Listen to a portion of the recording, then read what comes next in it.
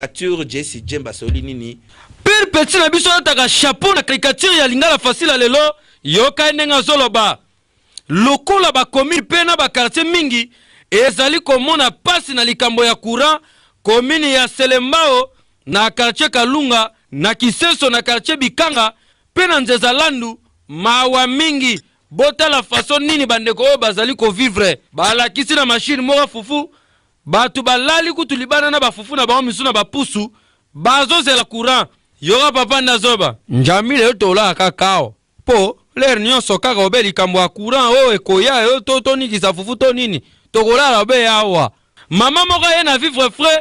aye kokuta na esika bakomaka vivre frais bakomi vivre chaud ya moto yoka mama na nenga lobi yango apenzelo mwa malile ezala te na mopanzi na ba jomo ba ko servir masanga yoka nenga lobi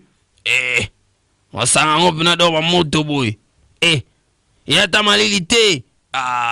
yoka mutako servir ye nenga répondre papa olito sa nini tala yo mo courant ko tezate siko to sa nini melaka ndengwana na sena ngo ye ya moko cabine mesha elekie bana fanda ke azoteka te abeti mesa cabine sabo yoka na lobi obnado matro musala punda ba pare nyonso charge siliti na suka siko ngana bulisa nde nini donc moi kutu no sala coopération ezate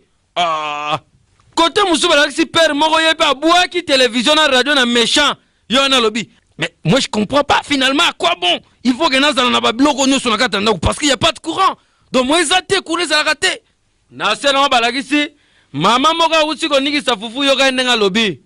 ngaye il faut la tambola ba kilomètre pour na nikisa fufu vraiment muningane mususu na mupanzi yepe kuta ya mbili solo mama yo kutu wana makasi ya otambola ba kilomètre pour na onikisa bonga mtu na obela na osuka wapi mama mususu kutu ye akoma ko tuta fufu na liboka yepa bakisi koloba awa machine pondu kutu bosana tozongela ka système mboka liboka ka koko tiri via idéologie pas expliquer na marque na ye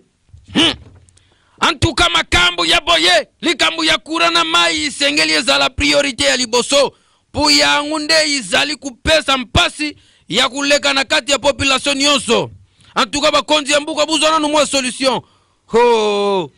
tala bonzi melangai likambo ya kurana mai ya ngonde nanu po sino menga imenga pio